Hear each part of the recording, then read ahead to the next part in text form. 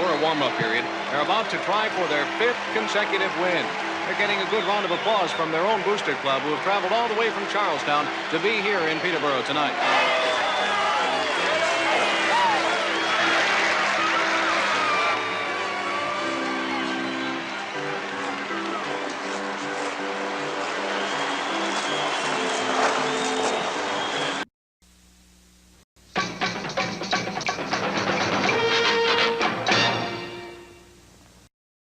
If you're looking to buy or sell a home, make your next move a power play with Mike Burgoyne of Real Brokerage Realty. First responders, veterans, doctors, nurses, teachers, and yes, Let's Go Blues Radio listeners get special rates. Visit strikewithmike.com or email him at mike@strikewithmike.com and score big today. Have you subscribed to the LGB Minute podcast yet? It's a 5-minute weekly St. Louis Blues podcast hosted by Jeff Ponder that is released multiple times a week to fill the gap between Let's Go Blues Radio episodes. Subscribe today. So awesome, so handsome, so smart, you'll agree. Kurt, Jeff, and Bill are on TV. It's radio on TV. Oh yeah, it's radio on TV. I'm not ready. I'm ready now. Here we go. From St. Louis, I am Jeff Ponder, and I'm joined by Horses Say Nay and Eat Hay, and we all love Bill Day. Kurt Price is still facing allegations. Bill, I'm running out of fun rhyming with your name, so I need to we need to close up the show for good. Yeah. That's who'd have thunk that you could, run out of rhymes for the first letter of the English alphabet. It's happening. I mean, you act like I'm good at English or something. We're bringing you the often imitated, never duplicated. The only thing better than a glass of beer is tea with Miss McGill. The original St. Louis Blues hockey podcast, Let's Go Blues Radio. This is the 22nd episode of season 15 and the 551st episode all time. Actually, it's the 23rd episode of season 15. It's Wednesday, March 11th, and we're coming to you live. Tonight, we discuss what happened at the NHL Trade Deadline, the Blues' 4-game winning streak, and their inability to hold a lead in the third period. All that and more on this tumultuous episode of Let's Go Blues Radio. I am here, as I said, with Bill. I mentioned before the show that you and I decided to both go very yellow tonight. Very odd.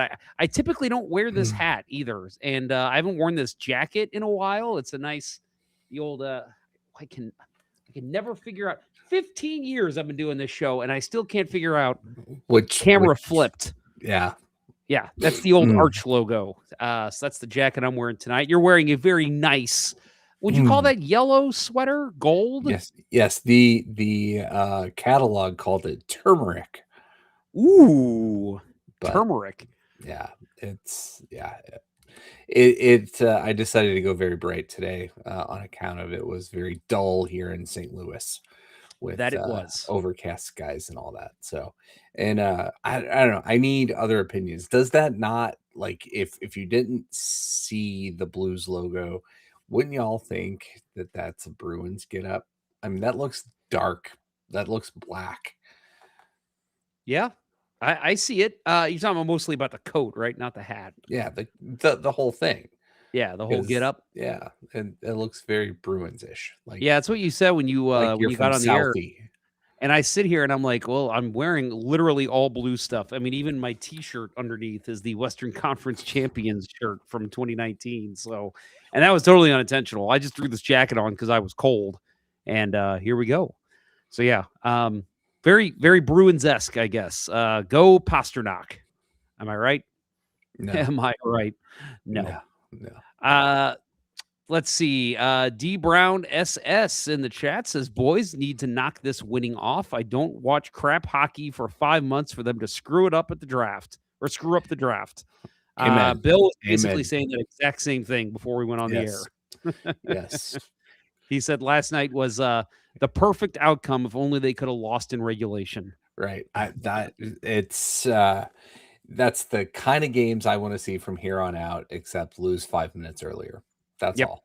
I see that. We've got Divide by Zero. Got to tell you guys, kind of bummed about your announcement, but I understand. Yeah, like Bill said, I think you said that very well when we made that announcement 2 weeks ago that we're not leaving. We're just changing things up. We're not going anywhere. It's just the format of the show is going to change, and you're going to hear some new voices, some exciting stuff coming with the new show. But yes, Let's Go Blues Radio will be no more. And we have a week in mind. This actually bleeds in. Might as well go ahead and get to it, Bill, as it was brought up. The countdown has basically begun. So, not including this show, we have 7 shows remaining with Let's Go Blues Radio. So, right now, our last show is scheduled to be the week of April 26th. So, we'll do our normal season recap show, which will be sometime in the week of April 19th, which I think we'll probably just do that Wednesday, would be my guess. And then the last show, right now, I've got it scheduled on YouTube. It's already up there if you want to, hit the what's the remind button or whatever that tells you when the show goes live. Go ahead and hit that, and if we change it, it'll update for you as well. But yeah, so last show, we're going to do a Friends of the Show type episode where we're going to have, we're actually invite some of you folks to come on as well. But some of our old friends of the show that we've had, I will tell you that we are trying to schedule it to where Kurt will also be in attendance. So for those of you who miss Kurt, which I know Bill and I do, we are working to hopefully get him on for that show. And I know he's pretty pumped about coming on one last time and doing it. But he also said that, if he can make any of the end shows here, he will do his best to be there. But again, his life is insane. Just I guess a touch crazier than Bill's and I's. Having 2 kids, that does change things, but and a girlfriend that's ready to move in. So and a side hustle, crazy. Right? He's making money off the side hustle these days. So yes, he did get a nice side hustle where he's making money, and I do not blame him for that one bit. But yeah, last show we're looking at right now, it is looking like Wednesday, April 29th, but might be sometime in that week. Just stay tuned, and we'll make sure to post it everywhere too. But Bill, kind of crazy to think that we've actually got kind of a countdown going at this point. This is the 8th to last Let's Go Blues Radio. yeah, it's kind of giving it that real feel. Yep. We've been talking about this, for several months, behind the scenes, and yeah, now it's like it's starting to feel it. But again, right, we're still going to try to bring a once a month at least doing a live show because that's our bread and butter. Yep. And it's gonna make it's gonna make it even more fun, I think, honestly, because it's gonna be so much much more rare, where it's gonna be like when we're doing it, you and I are gonna be super jazzed up to do it. Yeah, and I think the having the more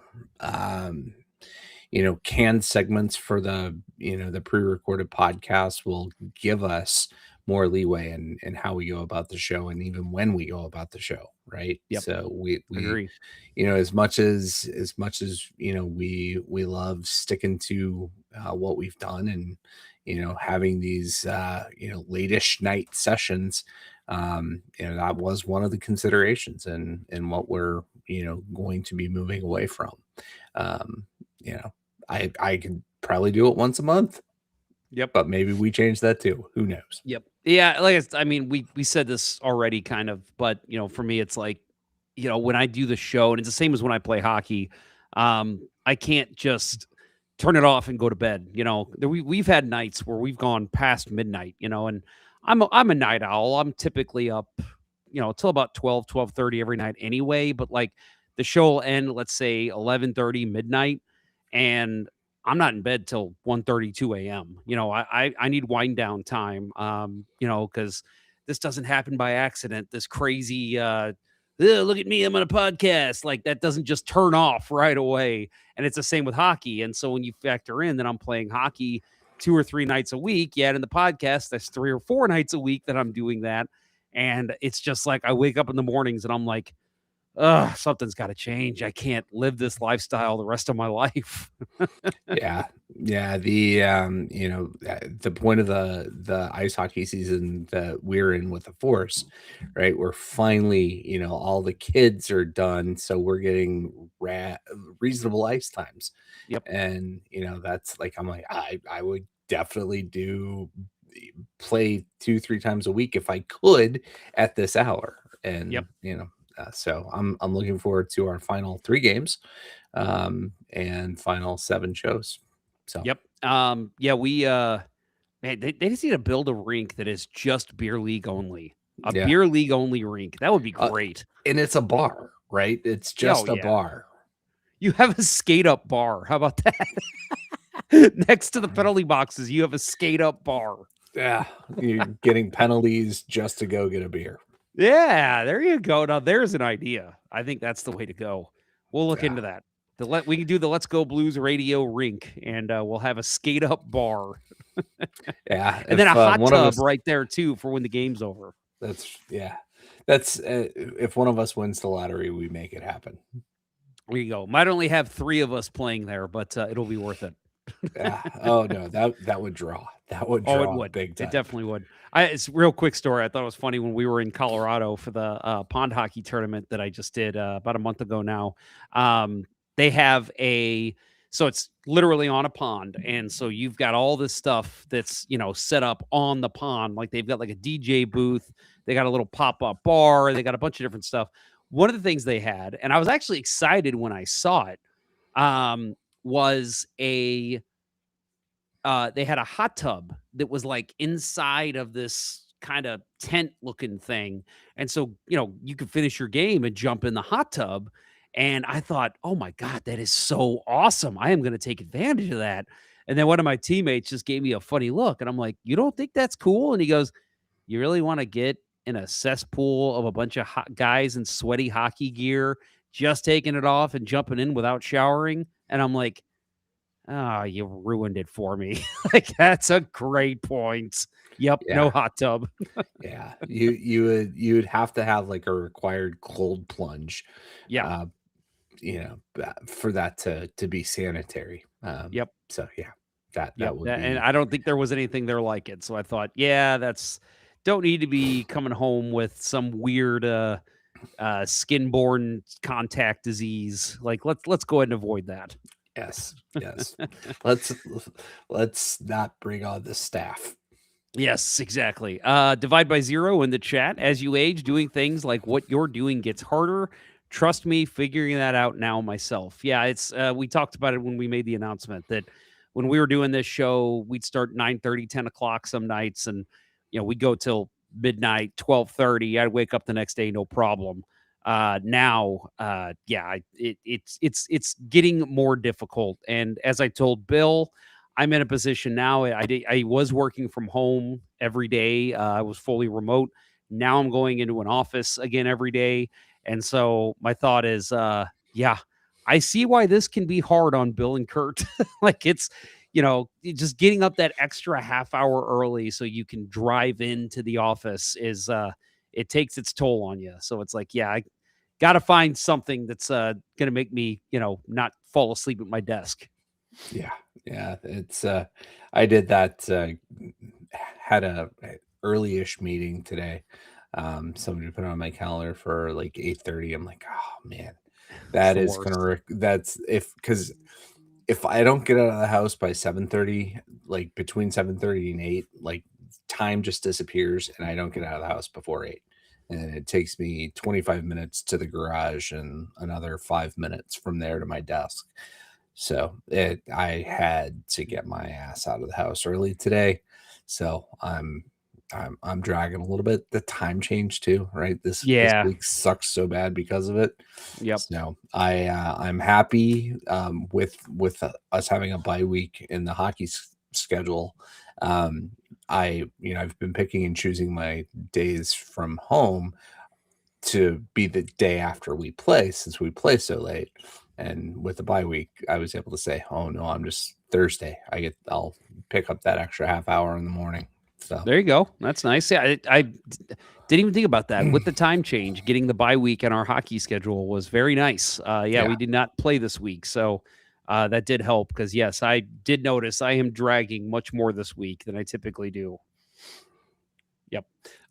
Baked Beaver in the chat. They have hot springs as well, not far from there. I know. I went to it, and it was incredible. It was in Indian Springs, and I've never been to hot springs before, but I don't know if you have. That was the coolest thing ever because literally I walked out of there, just played 4 games in cold. You know, your body's all sore. My back specifically was hurting. Got out of the hot springs, felt like $1 million. It was incredible. So if you've never been to a hot springs, check it out. Yeah, I one time in my life, and it was totally worth it. Yep. Even though we were by far the youngest people there by like 30 years at the time that we did it. So I think I told it on the show that we went. We didn't even think about it till we got in. We walked in. It was me and 2 of my teammates, Steve and Dalton, who play with Bill. And we walk in, we're looking around. I mean, there's a ton of people in this hot spring. And we're like, are we the only non-couple here? And right when Steve said that, I go, oh, guys, it's Valentine's Day.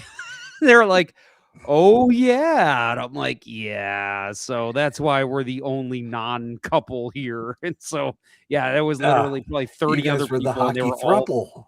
We were the hockey throuple. Yes, we were. It was quite the heated rivalry, let me tell you. Big Beaver says he's been there a lot. Yeah, Indian Hot Springs. Yep, that's where it was. It was very cool. Very, very awesome spot.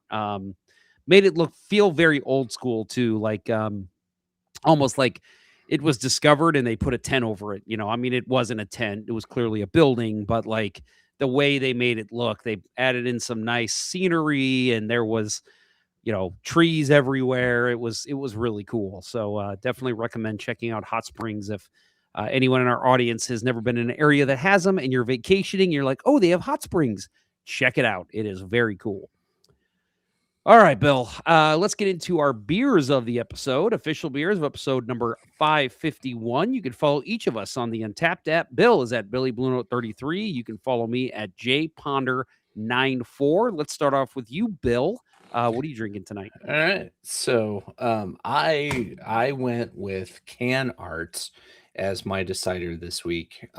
So and it's actually, the beer is really good too. I've seen some brews from this. It's Off Color Brewing out of Chicago. But this can, I was like, yeah, gotta get that for the show. Beer for Power Plays by Off Color Brewing. It's a strong Baltic ale, a couple of mice throwing mitts. It's pretty sweet. Nice pencil art on it. And it's pours a very dark for a lager. That is very dark. 7.5 ABV. It's mighty tasty. Glad I was gonna say I saw you pouring that, and I thought, oh, he's got a very dark beer tonight. He's got a chocolate stout or something. Yeah, no, that's a lager, huh? Yeah, Baltic strong lager. So I don't know if you've ever been to one of the Barrel Blends locations. There's one directly across the street from my mom's place of residence, and I just like, that doesn't seem like something I want to do. And finally we were over there having breakfast Saturday at the Shack. Also, shout out for the Shack. Best breakfast in St. Louis, I think. But it's right next door. And so we Julie convinced me. Like it took her convincing me to go check it out. And I'm like, oh, you shouldn't have done that. They have probably the best beer selection I've seen in quite a while. All of it, well, I'd say 90% of it in the cooler. So take it and start drinking. And they have really great bourbon, wine, and other spirits there as well.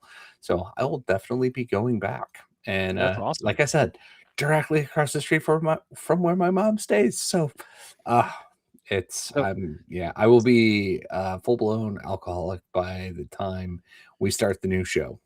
Yep, that sounds good. I was gonna say, now you have more reasons to visit your mom. Your mom's be like, God, Bill, you've been coming to Billy Baby That's what she calls you, right? Billy baby. Yeah, She's going to be like, you've been coming to see me much more often, but you're always staggering when you walk in my front door, and it's like, well, Mom, I stepped by that place across the street and it's pretty awesome. And they do have a bar, so you can sample the wares or have a full-blown cocktail. It's awesome. Pretty awesome setup. I might have to check that out sometime. Let me know next time you're out in that spot and want to meet up for a beer, because I'd be willing to check that out. Yeah. It's and they have multiple locations. Pretty sure they have one closer to you. I want to say it's on Lindbergh in South County. Okay, awesome. Very cool. Well, my beer tonight is I believe it's a Missouri beer, right? Yes, Logboat Brewing. I've got the Lookout tonight, which is an American Pale Ale. So that's a fun little can art there. It's an owl. I guess that's an owl. And it says, Lookout is a refreshing, dry-hopped American Pale Ale, the perfect companion for piloting a river, wisdom fires, and barbecues. They are in Columbia, I believe, right? I could be wrong on that. But either way, they are in Missouri. I know that for a fact. And independent brewer. I don't know. It's not on here. It just says Missouri. But yep, very good beer. I'm pretty sure they're in Columbia. And I think I even actually have their bumper sticker on my car. So if you ever see a bumper sticker that says Logboat Brewing and next to a Let's Go Blues radio sticker, chance that might be me. So make sure you wave at me. All right. Well, Bill, we basically already covered the first thing we're going to talk about. So we're going to take a quick break. And when we get back, we're going to talk about Blues did a couple things there at the NHL Trade Deadline. We'll talk about those. We'll talk about some previous games and everything coming up for the St. Louis Blues. You are listening to Jeff and Bill on Let's Go Blues Radio. Don't go anywhere. We will be right back. After these messages, we'll be right back. What are you doing? Have you not subscribed to the Let's Go Blues Minute yet? Do it wherever you get podcasts. It provides a daily look into the St. Louis Blues, filling the gap between Let's Go Blues radio shows. Go to Spotify, go to Apple Podcasts, go to Friendster. I don't care. Just subscribe and get fresh blues content daily. Do it. Like now. Every hockey team needs that clutch player who knows when to pass, when to shoot, and when to take charge. In real estate, that superstar is Mike Burgoyne of Real Brokerage Realty. Whether you're buying your first home or selling your current one, Mike skates circles around the competition with his knowledge, hustle, and down-to-earth approach.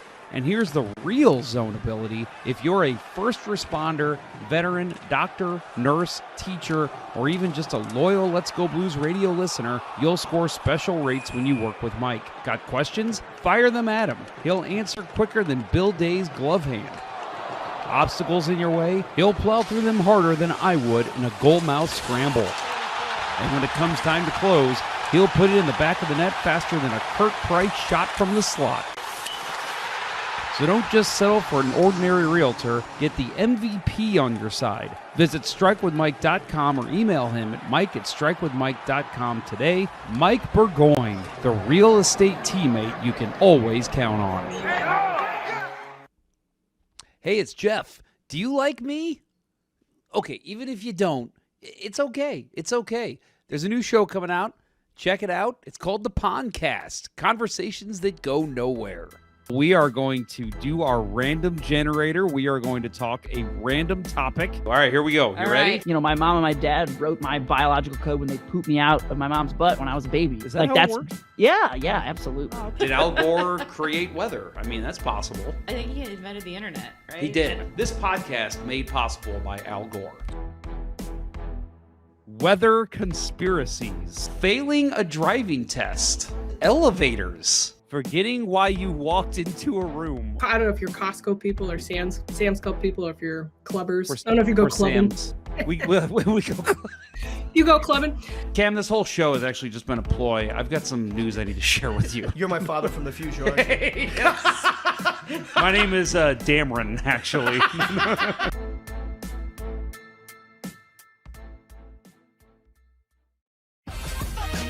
And now, Back to Let's Go Blues Radio, the longest running St. Louis Blues podcast with Price, Ponder, and Day.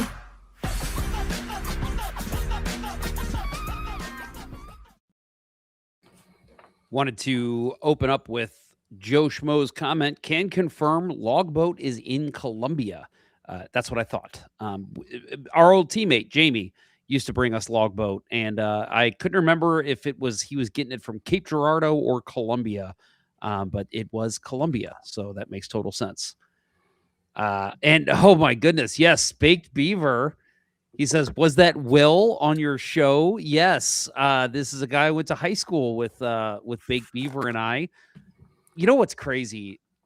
Bill, I've told you, I've talked about this on the show before.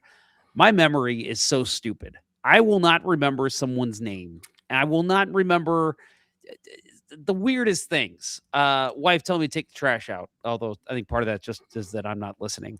But I have a memory of Mr. Baked Beaver and our friend Will, who was on the show, on my podcast show that we'll be releasing soon. I have a memory where you guys were in government class together and you debated, I want to say it was like the legalization of, no, I remember what it was now. It was about evolution versus creationism. And I believe you were on the side of creationism and Bill was on the evolutionism side. So I'm not sure if that was your actual beliefs or not, but I remember you guys had that debate in class and it got very heated in the crowd. My girlfriend being one of those people who was on one side, I was on the other, and that was an eye-opening experience. But yes, that is a crazy memory that I have of Baked Beaver. So wondering if you remember that as well, sir. Bill, do you remember stupid stuff like that? Like just random dumb things from high school like that? Yeah. All the time. All There you the go. time. Yeah. It's our burden. Yeah. I think it's part of ADHD brain. Yes, that is definitely true. And we've got Ken Morris in the chat. Jeff, do you remember your wife's birthday or your wedding anniversary? Yes.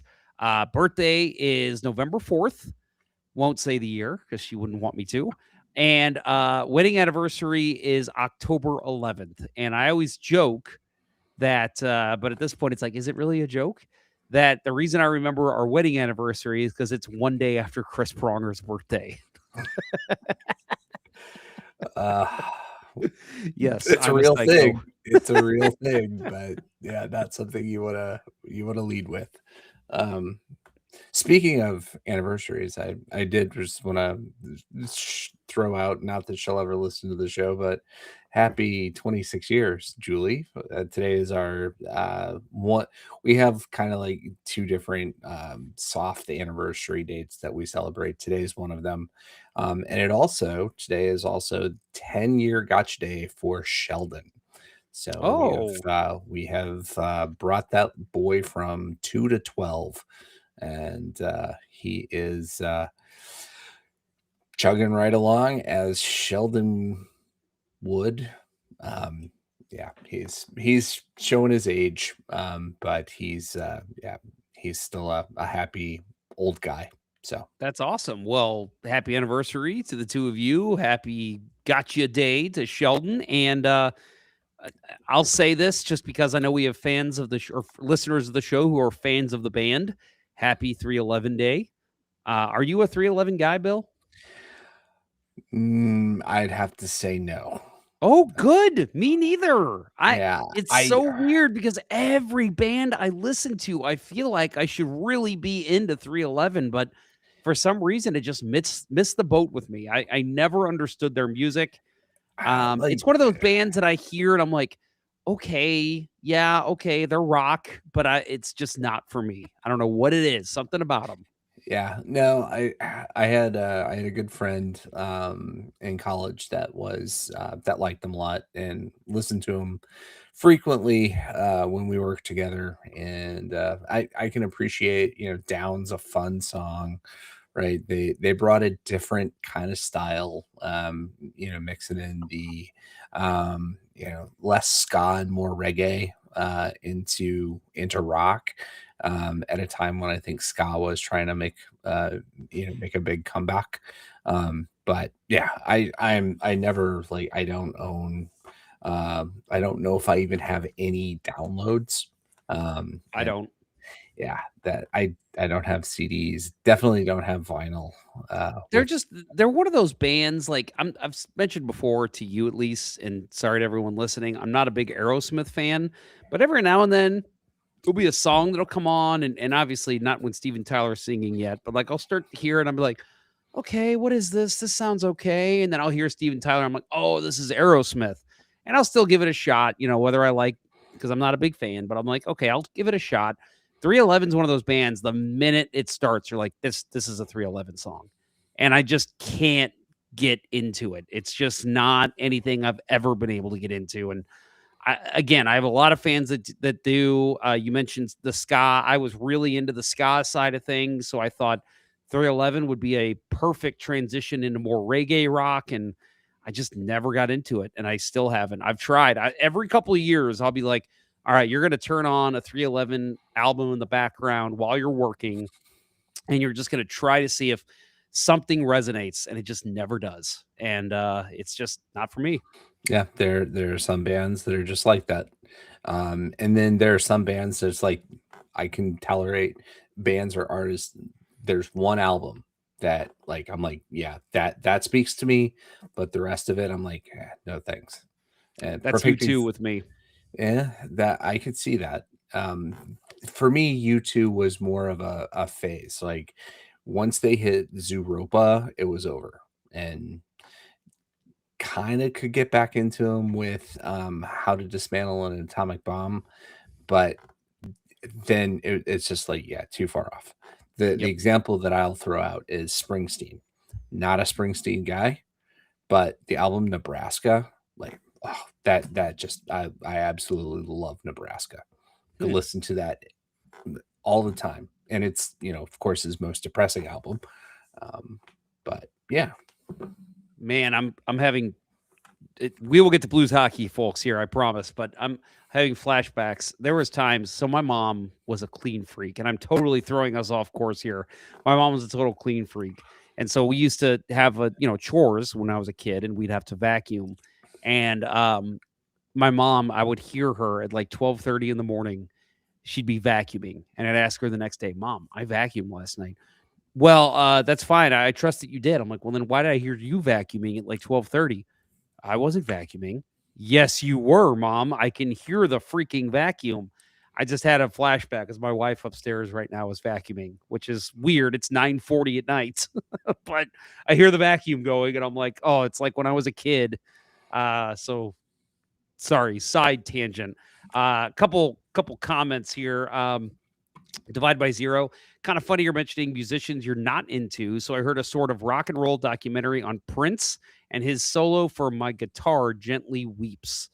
Divide by Zero also adds, the documentary claimed it was the greatest rock solo of all time. I went, yeah, right, until I actually heard it. Yep, it was. Channeling Hendrix there. Need to check that out. yeah. Do you know that solo? I've heard it. I've heard most of Prince's catalog, but he's another guy. Like there are certain songs that are just like, yeah, absolutely love it. But for me, Prince peaked, and this is why I can't hold myself out as a Prince fan. The original Batman album, like that I absolutely love that because I was a nerdy teenager when that came out. And yeah, so the Bat Dance is such a hilarious song. For those who haven't heard it, it's on Spotify, it's on Apple Music. It was a song where Prince literally just cut in different, I don't know if it was Prince that cut it in, but he was the one that did the music in the background, and they just spliced in random quotes from the Batman movie with Michael Keaton and Jack Nicholson. and it is so hilariously bad. But yes, but so you ever great at dance the with same the devil time. in the pale moonlight? I always ask it of all my prey. Yeah, I came very close to that. Was one of the record store day releases in the last couple of years, and it took all of every ounce of my being not to pick it up, but I did. I resisted. Oh, that's good. All right, let's get into some hockey talk. I know people are itching for it. Let's talk about the NHL trade deadline to start. So, yes, this was on Friday. What did they do, and what did the Blues not do? So, the first news, and we're going to kind of go a little bit of a chronological order. So, we heard early on that the names that were being thrown around were Jordan Kyrou, Robert Thomas, Jordan Binnington, Justin Faulk, Brayden Schenn, and it was just kind of okay, like, these guys are all getting shopped. They all have some sort of a no trade clause. We'll see what happens. And I don't know about you, Bill, but like the big rumor I kept seeing was Robert Thomas in Buffalo. It was like, this is going to happen. Robert Thomas is going to Buffalo. Yeah, it was more than rumor, right? There were talks going on, and at the end of the day, it came out right that Buffalo would not meet the price the Blues were asking. Right. And we'll get into obviously what else happened with Buffalo, but I did want to go ahead and read the quote from Robert Thomas. He was asked, and I believe it was by Rutherford, friend of the show, Jeremy Rutherford. He says, no, I was never asked anything from the Blues. There was everything that I heard was coming from the insiders and different things online. I just want to be clear. I was never asked, and nor did I ever ask for a trade. So not once, apparently, was Robert Thomas ever asked to waive his no-trade clause. So that, again, kind of what Schenn just said, that was all insider. And honestly, it doesn't surprise me. I guarantee Buffalo called and said, we'd love Robert Thomas. I guarantee there was other teams that called and said, we'd love Robert Thomas. But we talked about it last week. Armstrong's big, what he wanted back was like the equivalent of 3 first-round picks. And nobody apparently was willing to meet that price. And I commend Armstrong for holding on to that because, I don't think there was no need to trade Robert Thomas. Right. And so you have to wonder how much was, insider speculation that it was Thomas when the Parayko deal leaked, and it was basically 2 firsts for Parayko. Right. Yep. I mean, that deal, if we pull that off, that is highway robbery, right? Not that I want, Parayko has the right to, decline the trade, but we get what's the prospect's name? Radim Murtka. Yeah, Murtka. And a first round pick, like a number 9 overall pick, and a first round pick for Colton Parayko. Right, it's definitely a seller's market, and could have happened, and you wonder how much people were, maybe falsely reporting that there was discussion about Thomas, and I, based on Rutherford's reporting, great piece by JR on Parayko and the inside story of the trade that didn't happen.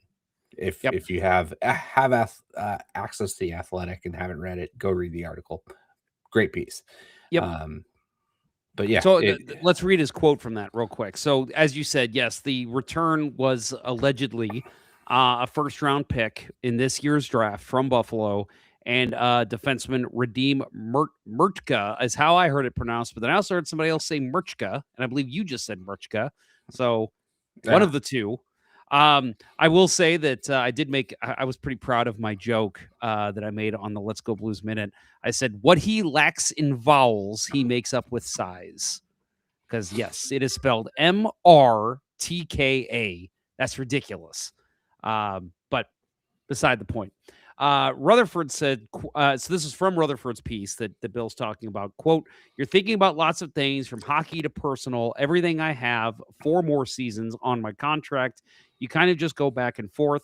I love wearing the blue note. This is my 11th season here, and it's a special thing. Yeah, I'm just happy to be a Blue. And yeah, So when this trade went out, Bill, I can't remember if you and I talked about it or not, but I know I was like, oh man, like, first of all, I did not see Parayko happening. Like, I didn't think that was even on the table that Armstrong was shopping Parayko, which again, I don't think it was a shopping situation. I think it was a other teams inquire and I'll listen. Holy cow, you just blew me away with the trade. Let's do it. Let me talk to my guy. Before he could do that, it came out, and unfortunately, it created a whole mess for Colton Parayko and the fan base. A lot of the fan base was very upset with his decision to decline, or I guess not waive, I guess is the proper terminology, his no trade clause. Right. No, and absolutely his right, to decline. But you wonder, reading that piece, like, had it not leaked and had there the additional pressure that came with that, because at the end of the day, the conclusion was it just happened too fast, right? Yeah. And he had to make a decision, and he wasn't going to uproot his life for something that he wasn't completely comfortable with.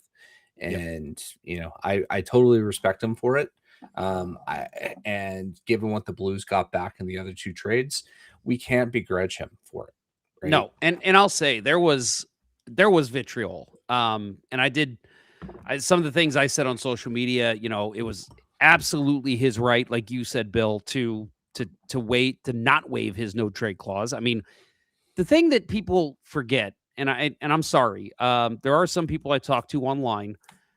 And actually, Kurt said this. We were talking back and forth, the two of us, with Kurt about this. I had hope right there that Kurt was going to be like, "I'm in for the rest of the season, boys." Yeah, like those most he was very involved in that. We got, yeah, he was very involved in talking about that potential trade. And he actually said, I think sometimes people just forget these are real people. This isn't a video game. This isn't pieces on the chessboard that you can just move around. Like, these are people's lives. And for Colton Parayko, and there was a lot of people I saw unfairly claiming it was his girlfriend, who's a St. Louis native, part of the Emos family.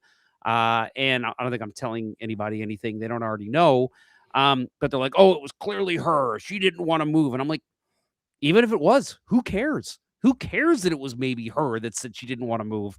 Like, Colton Parayko and his agent fought for that no trade clause. When he signed that dotted line that said he got a no trade clause in his contract, that means he wants to stay here. And the fact that there are people blaming him, I mean, I literally got in an argument with a fellow Blues podcaster who said that he screwed the Blues by not waiving his no trade clause. And I'm like, dude, that's not screwing the Blues at all. Like, and some people were talking about loyalty, like, oh, you want to get what's best for your franchise. Well, guess what? When you're traded, that's not your franchise anymore.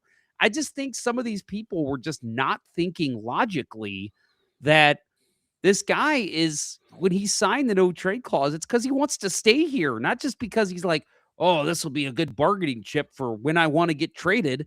No, it's, I want to stay in St. Louis. I signed here. I met a girl here. She wants to stay. I want to stay. And, and the comparison that I made to a couple different people was, Bill, let's have you play out this scenario. So you're working for your job, PTs, the bouncer. So Bill, I got upgraded from the grill. Yes. Yeah. You're not at the grill anymore. You're now officially a bouncer. So they tell you, hey, Bill, tell you what, we know that you signed this contract that says you're going to work in this location, but we just opened up a new location out in Buffalo. We're going to send you there. You're not getting any more pay. You're not getting any new benefits. The cost of living is I think cost of living is higher in Buffalo than it is in St. Louis, but we're going to move you. Now, all you got to do is just say, okay, are you making that deal, Bill? Are you going to say yes? No. Why would you? I mean, if it's in his right to say no, how can we fault him for that? Yeah, I mean, To be clear, from the article, from what he told JR, it had nothing to do with the city of Buffalo as the destination. Yep. He was actually excited at the prospect of joining what has turned out to be one of the top defensive cores in the NHL. But the uprooting the life bit, no matter where you're going, maybe if you're told, oh, you're gonna go down and be just third pair defenseman in Florida, so you can go do whatever you want in your off days, and you're gonna be on the beach the rest of the time. Maybe then you're gonna want to do it. Me not personally, no, I'm not a Florida guy, but you get that dream destination, and maybe you don't turn it down. But in this case, I am completely happy that he turned it down, wants to stay here. Good, maybe they ask him to waive again, but probably, in now he's had time to think about it, right? It wasn't, like you said, no, it wasn't on anybody's radar that he would be one of the guys moving. It got bandied about a couple of times, after the Olympics, that he didn't hurt his prospects at all. And teams might come calling for him. But now he's had time to think about it. So maybe if the Blues approach him, he's gonna, he'll be more prepared for the situation and have a different answer. But in an era where nobody plays for the same team their entire career, I like the prospect of him being here until the end of his career. Yep. And I'll say, like, the alternative would have been getting again, a first round pick. It would have been a low pick, but still a first round pick, and a stud young defenseman. Everything I read about Murtka was that, because he was number 8 or number 9 last year. Number in the 9, draft. I believe. Yeah. And everything I read was that he's basically a young Parayko. So you're making a move to just get a younger version of the same guy you're trading. Would have loved that trade. Would have been a stroke of genius from Armstrong. And it would have been a win for Buffalo, too, because they got a good, steady defenseman to go back there and play some shutdown hockey with Owen Power or whoever he can play with back there. Can you imagine that pairing, Parayko and Power? Like, they could, cover the entire blue line standing at either board just by reaching out their stick. You know what they should do? Just lay down across the blue line, both of them, sticks stretched out. You have to literally jump over them to get into the zone. So right. And NHLers, it's well known NHLers can't jump, right? No, they made a movie about this. White hockey players can't jump. Check it out. I think Spike Lee directed it. It was a Spike Lee joint. Yes. But no, I just think that, and again, I get instantly the fan feedback of, why not? For me, man, like, the fact that the consolation prize in this deal not happening is we get to keep a guy here who wants to play here. And let's face it, when he signed that contract, we were all, I don't know. Now you look at some of the prices these defensemen are getting. What he's getting paid right now is, a bargain for what he does for this team. You can argue all you want if he's a number 1 or not, but what he does for this roster, he's more than earning his salary. Yeah, 100%. Right. He's got 4 years left on the deal. So he's going to be, a bargain as long as he stays healthy and stays a number 2 or even number 3. I'd say at this point, given the last week's play, if he can keep it up, Broberg's our number 1, clearly. Right. Pulling 30 minutes, 30 plus. Yeah, I was going to say, we'll talk about the San Jose game or is it Anaheim? Yeah, San Jose. And looking like a stud in the process, right? Driving the offense. I love that. You know what? I'm going ahead and giving out comment of the show. We're giving it to Matt B in the chat. Matt, welcome. If you're new, I don't know. I don't think that's it's not Matt Harris. Can't be. All right. Anyway, you get comment of the show. I knew it. I'm surrounded by assholes. And it is, shoot, the trade was nixed. Now we have to settle for a good top 4 D-man. I can live with that. Yep, and that's what I'm saying. Like the fact that you're still getting a defenseman here, and I get the feeling too that Parayko understands that hockey's a business and that he's not going to be sit here and pouty and, oh, they wanted to trade me and now I'm just going to sit here and pout and collect my paycheck. I think he's still like, yeah, it's part of the business. It's fine. Like I'll just go out and play hockey and earn my contract. And I think that, that's the stance to take. And I think that's, from what I can tell from the man he is, that's how he's going to carry himself. And definitely not a bad thing for the St. Louis Blues. And I will add one more thing. So after this went down, and of course, having to add fuel to the fire, these insiders, I get it. They hear something, they want to report it, but man, sometimes all they're doing is throwing more logs in the fire. So Kevin Weeks posted something. It was about an hour or two, I think, after the Parayko trade was nixed. He came out and said that he would go to Southern California. He would take a trade to either Anaheim or the LA Kings.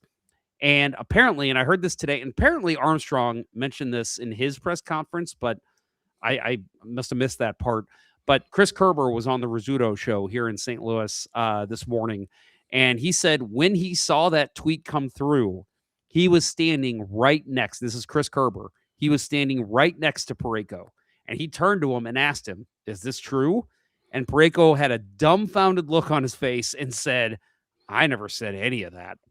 And it's like, so where did this come from? Like, I'm not saying I believe Parayko more than anyone on this, but it's like, where did this news come from that he would nix a trade to Buffalo, but accept one to Southern California? It just goes to show you cannot trust everything you read online. Right. And Kevin Weeks, unless he is taking an awkward photo and breaking a trade, I'm not buying him as an insider, right? There are enough hockey insiders out there. And obviously during the trade deadline, we talked about it a little bit last week. We opened the app.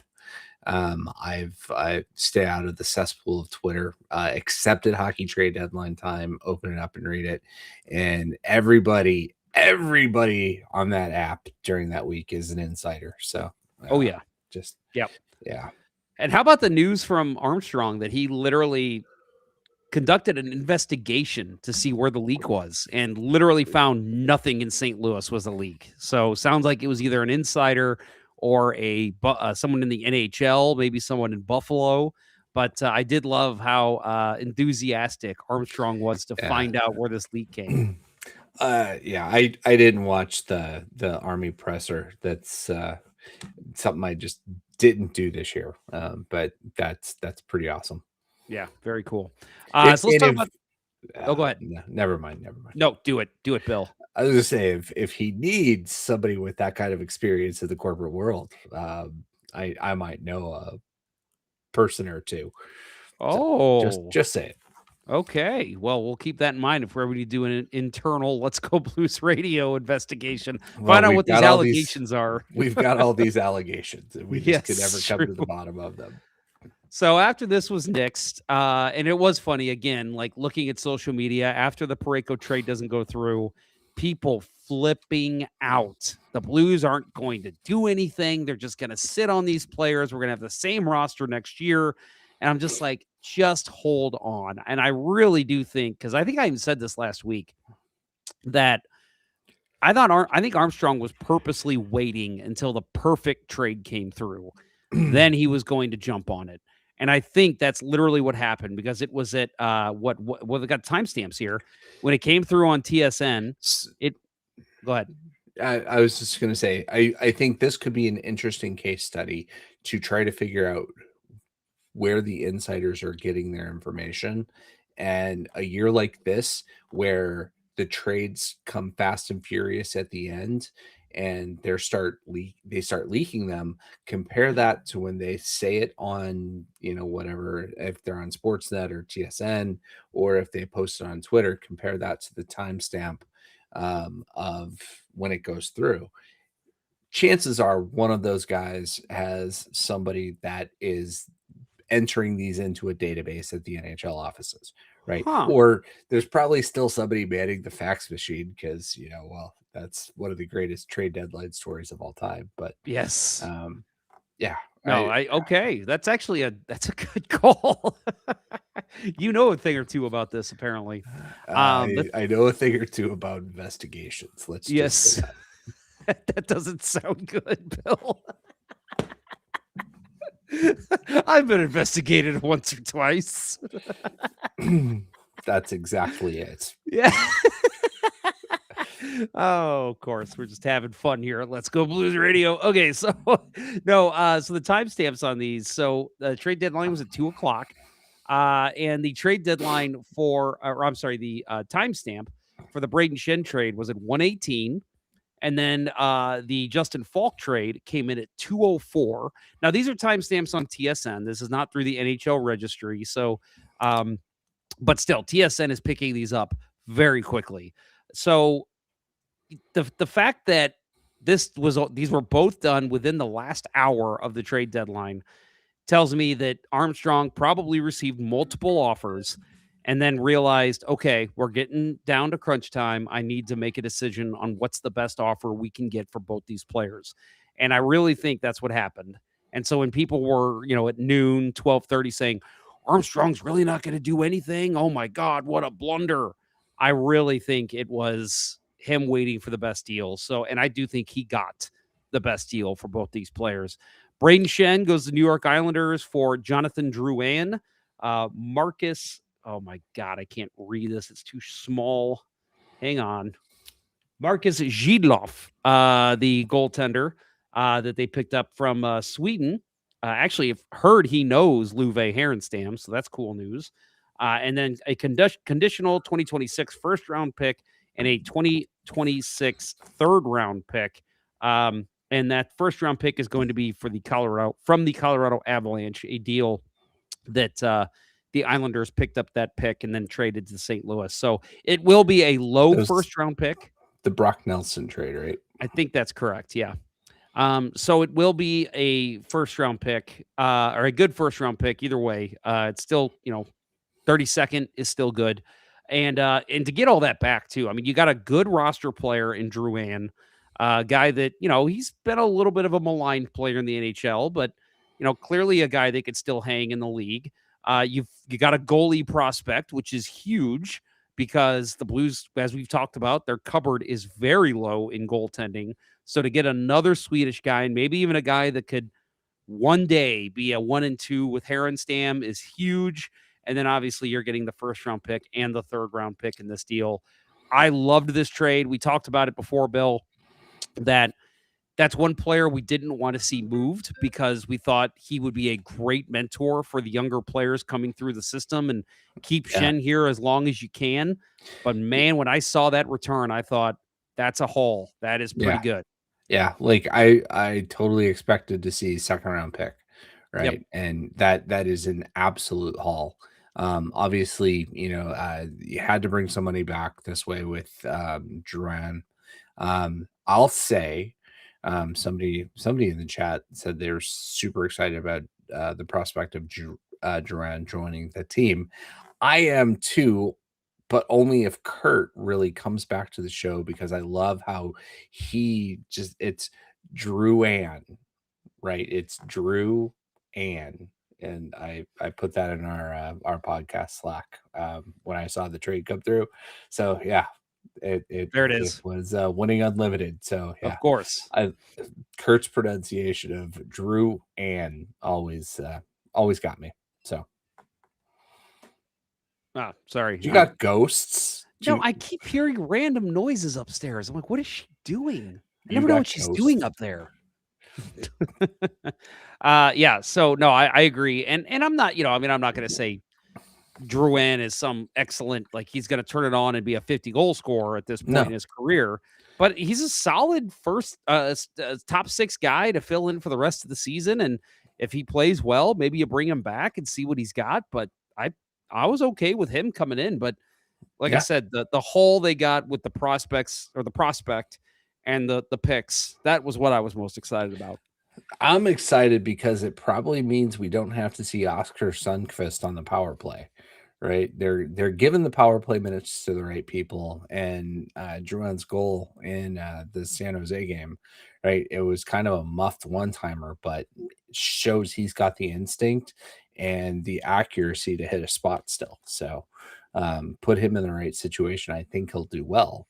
And it's not forcing us to bring up unprepared kiddos from Springfield. Yep. So I'm there for it. And we get to knock another number off the hasn't been worn in St. Louis list. So there you go. Very few players have worn 90s in St. Louis. So to get another one of those, yeah, I'm with you. Number 92 is now taken, which is awesome. And then Divide by Zero in the chat says, I was one of those people who was dragging Armstrong. Sorry, it's been his MO to do nothing and talk about how he almost did things right afterwards. And he says, I have never been so glad to have been proven wrong. Well, first of all, Divide by Zero, you are proven wrong every week because you cannot divide by zero. Like that little math knowledge there? Huh? You like that, Bill? Huh? No? Well, you can, but it yields zero. Yes, exactly. Does nothing. But no, and I'm with you. I thought there was a slight part of me that was like, oh my gosh, if we do nothing, that is such a blunder. I mean, you were all thinking it, but at the same time, I really thought, do not judge until you see what happened, what rolls in at the very end of the deadline. And I'm glad I waited. Right. And it seemed like there was a lot of poker playing going on, right? And everybody waited and they're like, okay, the big chips aren't going to fall. So with the deals that we've talked about, let's go ahead and execute them.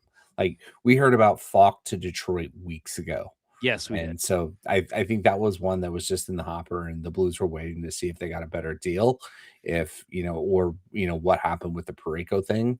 And then, they know now, like, we don't wait to the last minute to try to fax something in.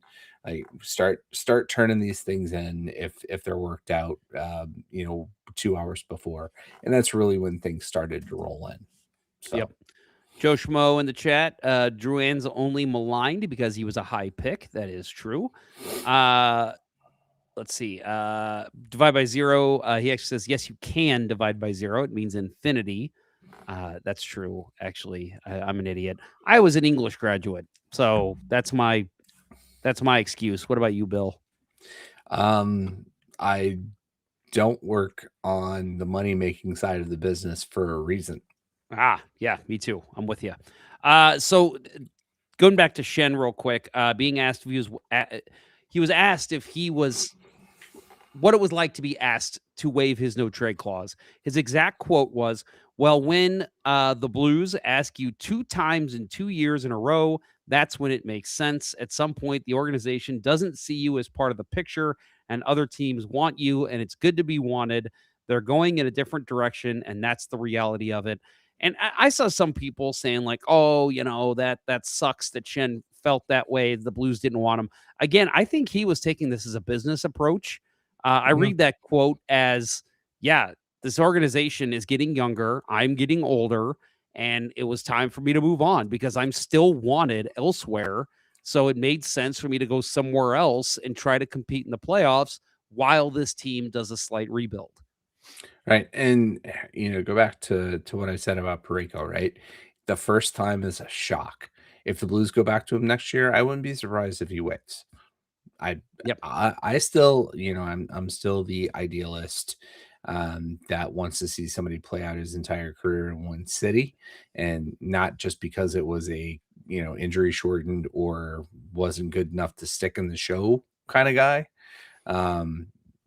story. But yeah, I think Schenn learned, right? He got approached, said no last year. And this year was like, I'm ready for it. If they come, depends on where it is. And, he's joining an exciting group, right? That team, we got to see it firsthand last night. They can be explosive. Yeah, I mean, and he was also asked about the potential of playing with Schaefer, and he said that was part of the reason. He said, yes, I want to go to the island because he knows how explosive and exciting that kid is. And like you said, we saw it firsthand last night. the thing that impressed me most about that kid, not to get too off talking about Schaefer, is that he's one of those guys that it almost looks effortless. Like I feel like when you watch Cale Makar, and then like the real speedy, crafty defenseman that can skate the puck up real well. Usually, like you can tell, like look at him pump his feet, look at the way he's moving, look at his eyes, watch where he's going, and you can just see them work so hard. But I feel like with Schaefer, and again, it's not a knock on him; it's giving him a compliment. I feel like you just watch him play and he doesn't look like anything special, but he just makes the right play at the right time all the time. And it's just such a gift to be able to read the play as well as he does, decide when he has to turn it on, decide when he can just kind of stay at the blue line and be there for if the puck comes out. So to watch him play, that kid has got such an exciting career ahead of him. Yeah, I mean, getting to see him play, like it absolutely was just like I'd seen a couple of games when they played Montreal earlier this year. I'm like, yeah, he's good, but he's not Lane Hudson good. Yeah. But seeing Montreal play tonight after seeing them play last night, Lane Hudson, like he is starting to teams are starting to figure out how to play him, and maybe this happens in a year because Hudson was the Calder Trophy winner last year. Schaefer's going to be the Calder Trophy winner this year. There does seem to be that just effortlessness about his game, right? And he's plugging himself in. Butch Goring. Interesting that we got Darren Pang and Butch Goring as the color guys on the game last night. Got awkward at times, but it was nice to hear the Islanders' perspective. And just talking about him playing as he's not a defenseman. He is a fourth forward that is good at playing D. And there are players that can redefine roles, and I think he's one of them right now. Jeez. It's funny, our chat has drifted off into madness when it comes to mathematics. Of course, we should have figured because our friend Adam Gold is in the chat, author of the Gold Plan, which has gotten a lot of shout outs on The Athletic this week. It has. Congrats, Adam. Joe Schmo says division by zero is generally considered undefined, like the man himself. Winning Unlimited chimes in. 0 divided by 0 is indeterminate. And then Winning Unlimited asks, what is larger, 0 divided by 0 or infinity divided by infinity? I'll let you guys figure that one out. I'm going to stay out of that one. But yes, you guys are hilarious. So last trade we'll talk about, Justin Faulk to the Red Wings. And again, a last-minute deal here on the TSN tracker came through at 2:04 p.m. So the Blues got Justin Holl, who was a name that I was familiar with, but I didn't know how. I had to look him up, and I'm like, oh, that's a filler defenseman. You're losing a veteran, so we're going to send you a veteran, which is fine. Yeah, another, can't take all the money kind of deal. Yep. Hall was serviceable, mostly known for his time in Toronto. Yep. But yeah. What an intro he got too, right? Oh, yeah. Yep. Gets smoked in his first game. Yep. So anyway. Dmitry Buchennikov, I believe is how you say his name. He is a very good prospect, was a former second-round pick. We'll talk about him in a minute. But first of all, the Blues did get a first-round pick in 2026 and the third-round pick in 2026. Third-round pick originally belonged to the San Jose Sharks. I saw somebody saying it in the chat earlier, and Detroit's in a little bit of a tailspin. They are pretty much, I think they're still locked into third right now, but they're in a bit of a tailspin. So if they were to fall drastically, that only helps the Blues. So there are two reasons to root against Detroit. Does it if it's San Jose's pick? The third round pick is the San Jose. Third round pick is San Jose. So the first round pick is still Detroit. Is still Detroit. Okay. I stand corrected. Yep. Yep, and I'm very excited because, like I said, I'm already rooting against Detroit. No offense, Justin Faulk, but I will never root for Detroit. And so to see them possibly drop out of the playoffs and the Blues get a higher pick because of it, I would love that. Wouldn't it be amazing if they fell to like 14th in the draft lottery and they won? So that means I think the highest they can go is 6 picks. If they're that low, I don't think they can win number 1, but they can go up very high. I would love that. Oh, so cool. Yeah. But And that's very wishful thinking. yeah. And I didn't read the article, but I saw a promotion for an article that this is this draft is as deep as they get. So load up on the draft picks and get as high as you can. Yes, get as high as you can. That's a good motto in life. That's that was my motto in college. So there you go. So real quick, I wanted to mention Buchenikov. So I did look him up. I had heard his name before, and I remember I think it was 2024 he was drafted.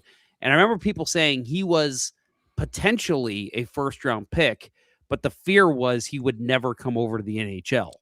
And again, fast forward to 2026, and I think Yzerman, because he plays in the KHL, Yzerman has been trying to get him over here. He has declined. He's continually, I think, signing 1-year deals in the KHL. And so now the rumor is they traded him knowing they're never going to get him over here. But what if Alexander Steen can work some magic and get him over here? So that could potentially be a fun thing to watch if the Blues can get this kid over here in this deal that the Detroit, the Red Wings were basically just like, we're never going to get him to play for us. Just get rid of him. If he turns out to be able to come over and play for the Blues, who knows? Maybe that's a stroke of genius from Doug Armstrong. Yeah, that the Blues have had luck, right? Tarasenko that fell so far in the draft because he was never going to leave Locomotive, and the Blues got him over the next year. Yep, and Prokhorov too, right? Was it Prokhorov? He was a guy that I think was playing in Russia. The Blues talked into coming over here. Not Vitaly a great Prokhorov. Blue. It might have been or was it Karamnov? It was one of those Russians that originally wouldn't come to the NHL, but the Blues convinced them, and it was like, well, Blues, you made a mistake.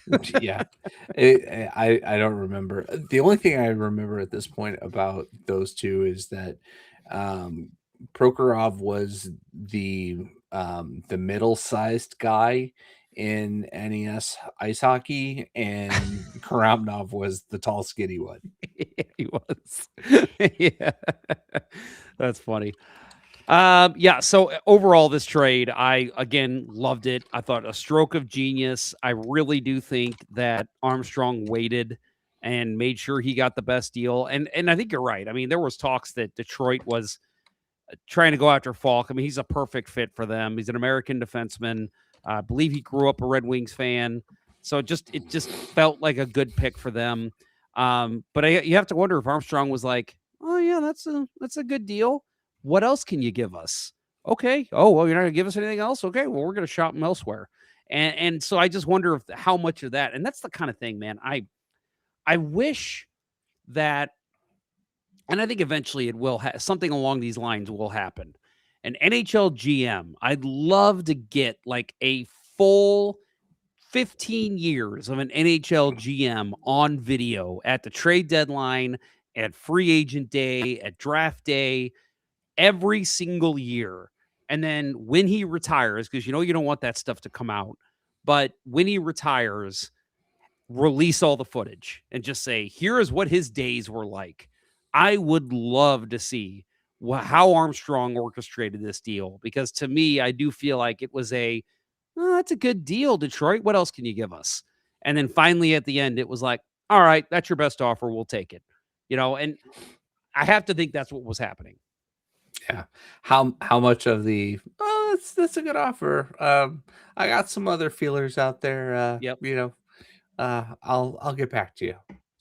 Yeah, because you got to think there was some other, at least, maybe some American teams that were looking at defensemen. And we know Buffalo was in the mix for a defenseman. They went up and got 2 guys from Winnipeg. And then I heard Carolina was in the mix to possibly pick someone up, which would have been interesting to see Faulk go back to them. Yeah. But yeah, I think there was other teams looking for a Justin Faulk. So, when Armstrong's probably telling Yzerman, hey, you got to up the ante because I got more guys interested. I don't think he was lying. I think there was other offers out there, and it came down to the 11th hour of him saying, that's the best deal we're going to find. I'm going to take it. So, all right, we talked about Robert Thomas. So let's wrap up on trade deadline, Bill. Anything that you wanted to happen that didn't happen? Did you want to see a player move? Did you want to see a guy not move? Anything like that? Well, it goes without saying, but my dream was that the Blues could have packaged Tyler Tucker in there somewhere. My ideal trade would have been he gets thrown in the Schenn trade and we get Scott Mayfield, hometown boy, in the deal. But yeah, obviously that's me hallucinating and was never going to happen. Honestly, I am super happy with the two trades that happened. If there was a secondary, you mentioned the names that were thrown out there that were expected to move, and a couple other names that we heard leading up to it were also, Oscar Sundqvist could be serviceable to somebody, and definitely Pius Suter. Like, don't trade Suter, but if you had to trade Sonny, okay, I'm good with it. At least we don't have to see him on the power play. But that might be the only way to get him off the power play is Right. to literally, we've got to sorry, Jim, we are trading Sundqvist because you will not stop putting him on the power play. Yeah, I would say, overall 100% happy with how the deadline went. And we do have some games to talk about here before too long. I know you have some thoughts here, but I think as long as the team doesn't go and screw up our positioning, we've set ourselves up very, very well. Yeah, and I'll say the only argue. other thing that I think was a huge possibility, because Kairu's name was getting thrown around. I was like, I think if they're going to move him, it's going to be off season. I don't see them doing it the deadline. I don't see them doing it at all. I don't either, because I don't see a buyer personally. And I could see teams buying on him, but they're buying low, and I don't think Armstrong or Steen are going to trade low. So I think that's going to hinder that possibility. The only other one that I was thinking was going to happen was Binnington, but I'll say this. And it's the same with Schenn. I think in order for Armstrong, even though Binnington's had a down year and he's only got 1 year left on his contract, I think it would have taken you've got to blow me away to take away my Stanley Cup goaltender. And I am not doubting there was buyers interested. We talked about Edmonton. We talked about other teams, even like an Anaheim or an LA that would have been interested. Even a back, there are other teams that I think were definitely interested in at least having him as a backup going into the playoffs. But I'm glad they didn't move him. I was saying last week that I think they're going to. Didn't mean I wanted them to. I actually like that because, again, I think, at best, the goaltending market, I mean, you've seen it, Bills. We've seen starting goaltenders get traded for second, third round picks. Mhm. And I don't want that for Binnington. If you're going to trade him, you got to give me a first. You got to give me another goalie prospect, and maybe even a roster player. And it sounds like that type of offer never came through. And I'm glad Armstrong didn't just pull the trigger and say, yeah, it makes sense to trade Binnington. Let's just do it. I'm happy he's still on this roster at this point. Yeah, 100% too. And I'll tell you, I did, as soon as I heard that Bob was on the market, it's like, okay, Binnington's not getting moved anywhere, right? No. Any team that is in on Binnington is going to go in on Bob first. And maybe if somebody in the Atlantic could convince Florida to trade them. Like Montreal could get Bob. I think Montreal would have way overpaid. Probably would have cost them Demidov and Fowler, both of those guys. Two guys that were very key in Montreal's win tonight. And I'll tell you, I'm on the Jacob Fowler as game one starter in the Stanley Cup playoffs this year. But when Bobrovsky was bandied about as, possibly going to Edmonton or, Montreal, wherever goalies are needed, I said, if that happens, maybe Bennington gets moved. But if there's only one goalie trade, it's going to be him, right? And it didn't happen. And JR talked about it in some of his pieces this week. Goalie trades in season don't always work, especially at the trade deadline. Edmonton was willing to make the deal. I think Down Goes Brown actually talked about this. Edmonton was willing to make the deal for Tristan Jarry in December because it made sense. You have time to acclimate, and it's not working out. For them, it's working out very well for Stuart Skinner in Pittsburgh. Yep. But yeah, it's not often that you see a goalie get traded at the deadline and they wind up being the difference. Ryan Miller. I was going to do that exact same thing. So yeah, I had he gone to Montreal, we talked about this last week. Both of us are, already tonight would be wearing our Bennington Montreal sweaters, right? Yep. 100%. But happy he's still here. Maybe he gets traded this offseason. If Edmonton fails again, which let's face it, they will. They'll bring him in. 1 year left on his deal. They'll be able to get him for fairly reasonable price. And And by the way, we're getting primed for the Joel Hofer starter show right now, and I like it. You mentioned price, the word price, and it reminded me that apparently Macklin Celebrini is now the highest scoring teammate that Carey Price has ever had. Carey Price's contract is with the Sharks. I'm not sure if you knew that. That's true. That's true. Very true. I forgot about the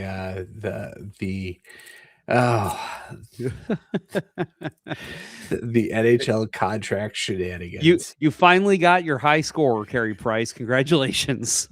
Yes. So does that mean no, it expired 2 years ago. But Matthew Schaefer is the best rookie defenseman that ever was playing with Rick DiPietro. Yeah, that's true. There you go, right there. It's 100%. Let's talk about real quick Blues playoff odds. So the last 2 weeks we've said this. It's been at 0.2%. Well, since the break, they have played some pretty good hockey, and they are now at 1%. So we'll see. I mean, they're only 6 points out. They still got 7. A ton of teams to climb. I think it's 7. But yeah, a ton of teams to climb. But yeah, definitely interesting to see that number jump up a little bit. And how do we get there, Bill? Well, we got there through a couple wins. Blues had a 4-game winning streak. You want to add something? No, I was just going to say, you picked the wrong time of the year to have your first 3-game winning streak. That's the Blues for you, isn't it? Most Blues thing ever. So in the past week, we have seen the Blues go 3-1. We'll go through these first 3 games pretty quickly here, and we'll stop and take a little detour through the New York Islanders game. But 3-2 over the Kraken last Wednesday. Joel Hofer, you mentioned it, playing some darn good hockey down the stretch. Can't be upset with that. You want to see your goalie play well. He had made 34 saves on 36 shots. Brayden Schenn in his final game as a St. Louis Blue had 3 assists. Robert Thomas, a goal and an assist, and Parayko missed his 3rd straight game due to back spasms. And this was the day that all that was going down with his potential trade. So it was really interesting to hear the announcers try and sidestep all that because they didn't want to speculate too much. But yeah, this was a nice win for the Blues. But like you said, these wins are starting to come a little too late in the season. Yeah. Best part of that game, I do always want to see the Blues win, but I always want to see them beat Philip Grubauer. So super happy. Ken Morris says the Blues without Benner makes me sad. It would be like Let's Go Blues radio without Bill Day. Couldn't imagine it. No way. That'll never happen. Not at this point, at least. I'd say you've got 7 shows to disappear, Bill. So we'll see. I'll go find me some allegations. There you go. And on Friday, the Blues did play. That was on trade deadline day. So that was the day, the morning of, well, I guess the afternoon of. Actually, I guess it was morning for them because they were in California. Justin Faulk and Brayden Schenn were traded. They won this one in overtime, 3-2. Robert Thomas had 2 goals, scored the overtime winner with 54 seconds into overtime. Jimmy Snuggerud continues his hot streak, 1 goal and 1 assist. Jordan Binnington gets the win. 23 saves on 23 shots. 23 saves on 25 shots. First win since January 3rd. And because of these trades that went down, Drouin and Justin Hull could not join the team yet. So they were playing without those 2 players. And they dressed 5 defensemen for this game because they just could not get anyone over to San Jose in time. And I did not put it down. I need to look it up. But Philip Broberg, I know, played over 30 minutes in this game, which is incredible. Yeah, and he looked like he could have gone another 30. He didn't. He looked like a stud that entire game. Yeah. 32 minutes and 51 seconds. Yeah, it was awkward, right? That they did a Drouin interview going into the second period. It's like, hey, he's here, but couldn't help the team. But yeah, he was traveling cross country. Wait, no. The Islanders were there, right? That was part of the reason why Schenn, why the trade happened was because I think they Schenn couldn't get his jersey in time, is what it was, which is unfortunate because Drouin was like pumped to go, but it was like, we don't have your jersey. But it's like, but I'm right here, go to a jersey shop and get one made. Can I go over to the Fanatics store and get one? Yep. Also in this game, so we mentioned Broberg, 32 minutes, 51 seconds. Other defensemen, Cam Fowler, number 2 in ice time at 26:53. And how about that? Logan Mailloux at 25 minutes and 3 seconds. That was his season high. And we'll talk probably more about it as the shows continue here throughout the season. Logan Mailloux is starting to look like the real deal. Have you heard any of those naysayers saying, why did we make that trade? What a terrible trade. No. Have you heard any of that the past 2 months? No. I did not expect for him to make the progress that he's made this year. And Bolduc has kind of cooled off pretty much in Montreal. He's going to be part of a really, really exciting playoff team. And, I'm looking forward to seeing him play. But Mailloux, they took the leash off of him and he is taking full advantage, right? Goals of back-to-back games, the wraparound goal. Oh, love it. God, his instincts to pinch are great, right? We would see a couple of years ago, Kessel would try to pinch and get caught every time. Yep. Such a night and day difference. Like, this guy is a stud. And God, if he can translate this into a full season, looking forward to it. Agree. So on Sunday, the Blues played against the Anaheim Ducks, and they did return Joel Hofer to net. He gets his 5th shutout. Blues win this one 4-0. Hofer takes sole possession of second place in the NHL on shutouts. 22 saves in this one. 4th straight win for the Blues. Jimmy Snuggerud with a goal and an assist. He now has 14 points, including 5 goals in his past 11 games. Jonathan Drouin and Justin Hull both played in this game. Hull got an assist on the empty net goal. Drouin, as you mentioned, scored in his first game on the power play.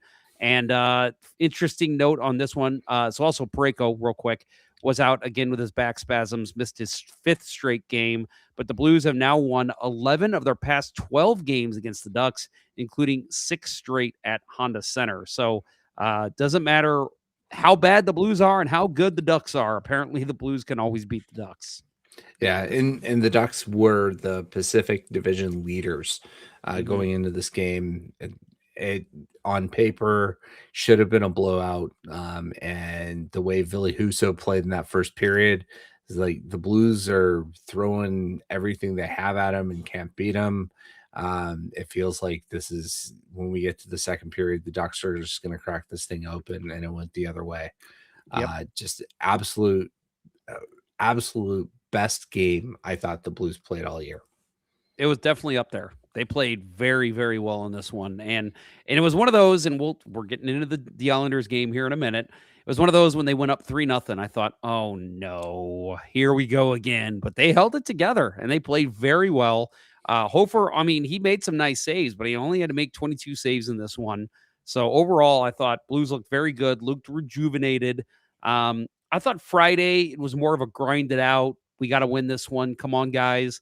I thought Sunday was more of a, we've got a full roster tonight. Let's go. Let's win this one. And they really outplayed the Ducks for the most part. And like you said, Ville Husso thought played very well in this game as well. Yeah. And the other thing that we haven't talked about yet is the chemistry between Thomas and Snuggerud. I mean, early on in the season, what were we saying? Force them to play together until they find chemistry. And now you're seeing it night in, night out. Oh my God. It's like, look, seriously, I haven't felt this excited about a goal scorer and passer since Hall and Oates. And right. That's a lot for a guy who is, I've watched this team since 1979, 1980. And I wanted to think that Marty Reeser was going to be the second coming of Craig Janney and Brad Boyes was going to be the goal scorer for him. And none of that ever happened. These guys, like the elite passer and the most insanely fast shot in a generation in Snuggerud, and they're clicking right now. And it is like, thank God we didn't trade Thomas. They've figured it out. We have something here. Montgomery, if you hit the fucking Ken Hitchcock line shuffler, you're gone. These guys stick together. Why do you hate Darren Turcotte and Scott Pellerin? because they were nothing like the CPA line. Oh, the CPA line. Gotta love it. So in the next game, Tuesday, the Blues took a 3-0 lead in this one, lost it 4-3 in overtime. Matthew Barzal scored at 2:11 of overtime to win the game. This was Schenn's first game back, got the welcome back video treatment. Loved it. Loved every part of that. I mean, obviously when you saw the schedule and you saw that the next home game they were playing the Islanders, it was like, yeah, this is going to be an emotional night. And, it's kind of funny because you see, whenever they get the welcome back video, it's like they'll do the video and they'll pan to the player on the big screen and everyone's giving them a standing O and, they kind of wave at the crowd and that's about it. In this one, it was like the minute the video started, everyone jumped to their feet. The Islanders, you could see, were already banging their sticks. The Blues were already banging their sticks.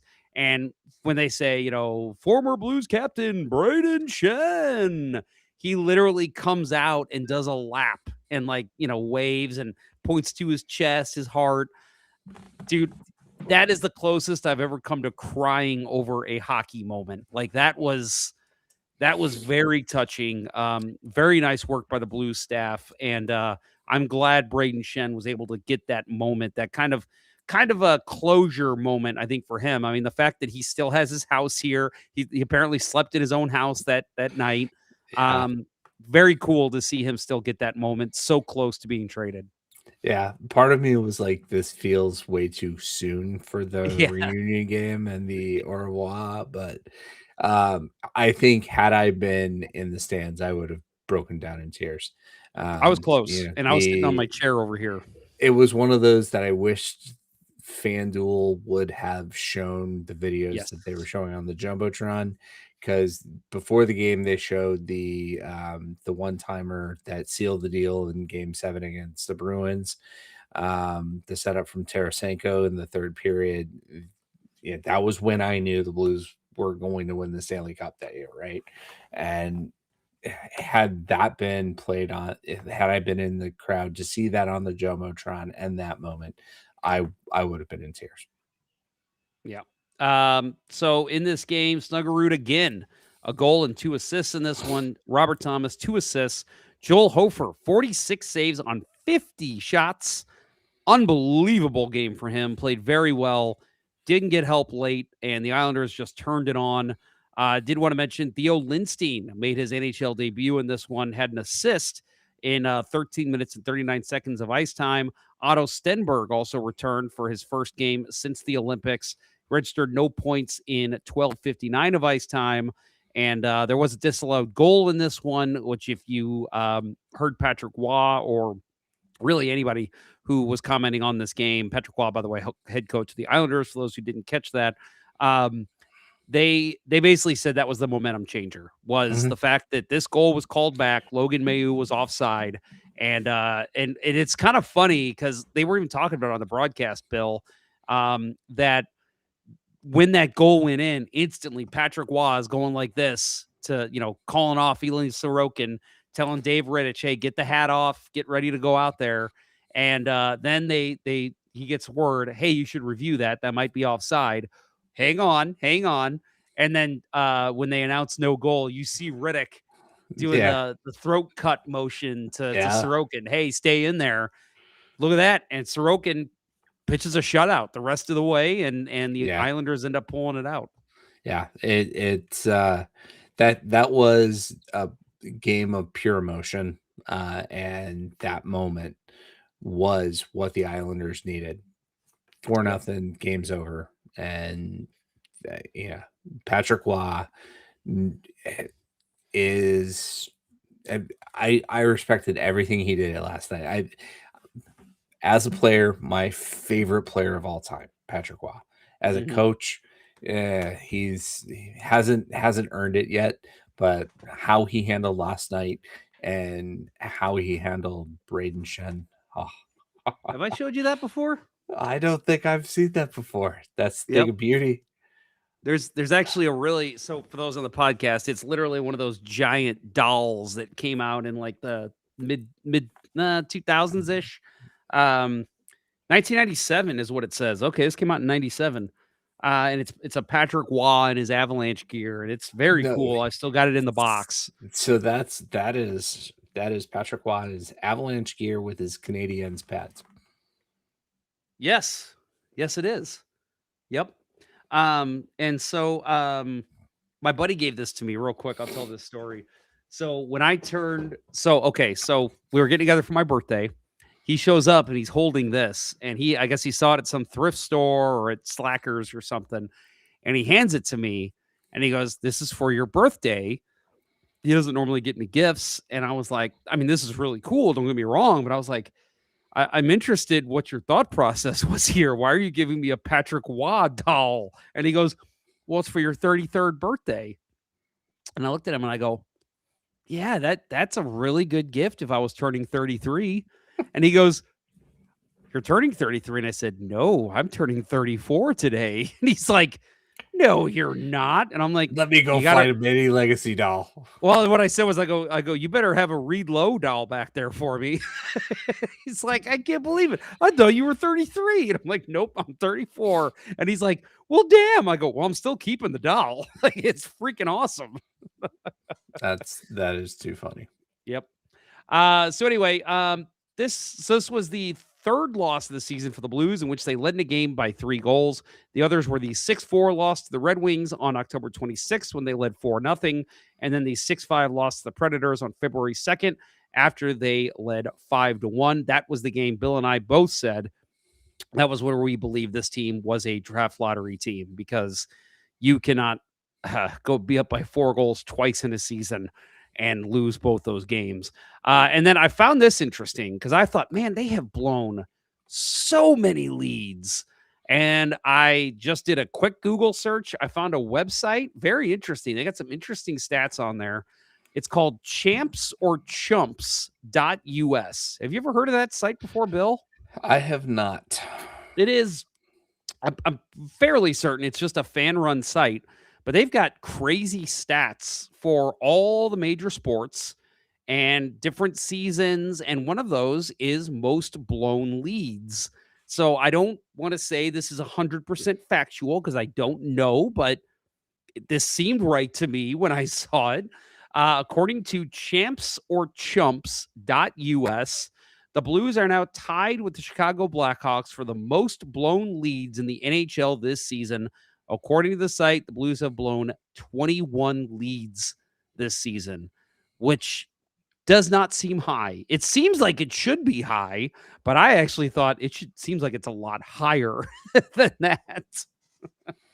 Yeah, I mean, if you conflate blown leads for losses, because there have just been some games that they didn't show up at all, and we never had a sniff. But yeah, that's interesting statistics. Yep, and again, I know that everyone's rooting for the tank. Sorry, winning unlimited. But for Joel Hofer, I hated this game because you could say what you want about the tank, whether you should be rooting for your team to lose or not. You should never be rooting for your starting goalie to have to go through something like this. And, as much as you want the Blues to lose, anyone who's listening who agrees with that, you got to feel for Joel Hofer. I mean, that was a game he had on lockdown, 50 shots against, and they still lose the game in overtime. Unbelievable. So I disagree with that. I want our future number one to face this kind of game, right? Going up against a hungry team that's fighting for their playoff lives and throwing everything they have at them. Obviously, I said it earlier, this is the kind of game I want to see the rest of the year, where it's really exciting, but we lose. Just do it in regulation. For Hofer, I want him to have not every game getting 40 plus shots, but I want him having more of that experience so that when our defense is better for an entire season and they have an off night, he's mentally got that experience that he can draw from and, pull one out. I think this is the right time for it to happen.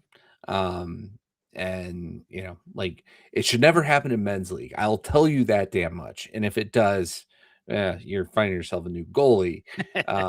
But in the NHL, when you're in a retool, rebuild, whatever the Blues are in, and you're transitioning to the next number one, give him some of those games. Let him face those high shot totals against a very, very talented team. Just don't hang him out to dry. I don't think the Blues hung him out to dry. I think that the Isles took advantage of that, the double minor to crack the power play late in the game. Otherwise, I thought the third goal, first game. I thought the third goal, which was the second power play goal of that double minor, I didn't like the way the Blues played that one at all. That was ugly because the Islanders picked them apart. They used the pyramid scheme to pass it around every one of those defensemen. And then obviously Finley with the second goal pokes it in his own net. You never want to see that. That's unfortunate, and you live with that. But it's what the Blues hadn't been doing in the winning streak. And what they had been doing all year when they weren't winning was giving up the slot and allowing the when the puck crosses the center axis of the defensive zone, the percentage chance of a goal happening is just significantly higher. And on that last play, that's what happened, right? That, like you said, they used the formation to force the Blues down low. Got the cross slot pass, goal. Yep. Bill, it's funny. I think I still disagree with you that I don't want your goalie to go through this, but you make valid points. I'm not going to argue with you anymore because I think I see your point so clearly. And I'm like, man, I don't ever when I disagree with Bill, I don't want to argue with him because he makes intelligent points. That's why I always used to argue with Kurt because he didn't.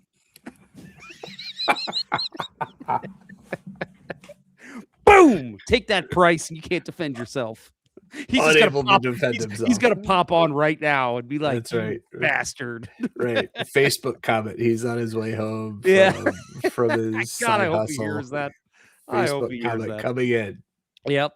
But no, this was, and this is what I told you before the show, that before we started recording, that if we're going to lose games this late in the season, when you kind of want to see them lose, this is the kind of game I want. It was exciting. It was fun.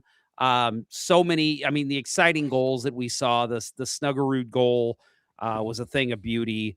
And, just the play overall was good. And the Islanders are just playing such an intense game right now.